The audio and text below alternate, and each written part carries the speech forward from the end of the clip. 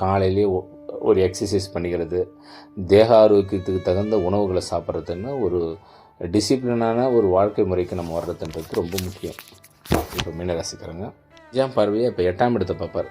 இப்போ 8ஆம் இடம் என்பது ஆயுள் ஸ்தானம் சொல்லுவாங்க இல்லையா, உடல் நலம் முடியாதவங்களுக்கும் இப்போ இந்த தேக ஆரோக்கியத்தில் நல்ல ஒரு முன்னேற்றம் என்பது இருக்கும். திடீர் அதிர்ஷ்டம் அப்படின்றது கட்டாயமாக இருக்கும்.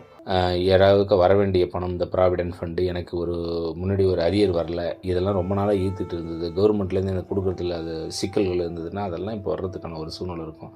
இல்லை ஒருத்தருக்கு நான் கடன் கொடுத்துட்டேன், ரொம்ப நாளாக கொடுக்கல எனக்கு திரும்பி அவர் அப்படின்றவங்களுக்கு இப்போ கிடைக்கிறதுக்கான ஒரு காலகட்டம்னு சொல்லலாம்.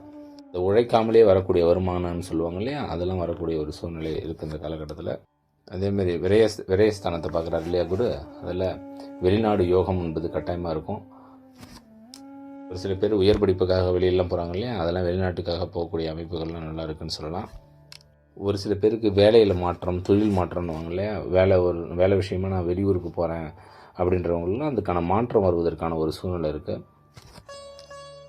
ஒரு சில பேர் இந்த பிஸ்னஸில் தசாபுத்திகள்லாம் கொஞ்சம் செக் பண்ணிட்டு அதுக்கப்புறம் பிஸ்னஸ் டெவலப்மெண்ட்லாம் பண்ணுங்கள். ஒரு சில பேருக்கு நல்லாயிருக்கும், தசாபுத்திலாம் நல்லா இருந்ததுன்னா நல்லா சிறப்பாக இருக்கக்கூடிய ஒரு காலகட்டம் இருக்கும்.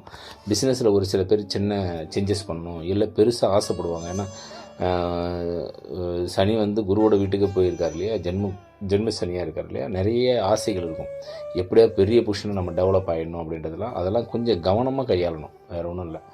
எல்லாம் நம்மளுடைய சொந்த ஜோதிடத்தை பார்த்து நம்மளுடைய தசாபுத்திகள், நம்மளுடைய கிரக அடைவுகளுடைய பலாபலன்கள்லாம் பார்த்து நம்ம தெரிஞ்சுக்கிட்டோம்னா இன்னும் நல்ல சிறப்பான ஒரு முன்னேற்றத்துக்கு வர முடியும்.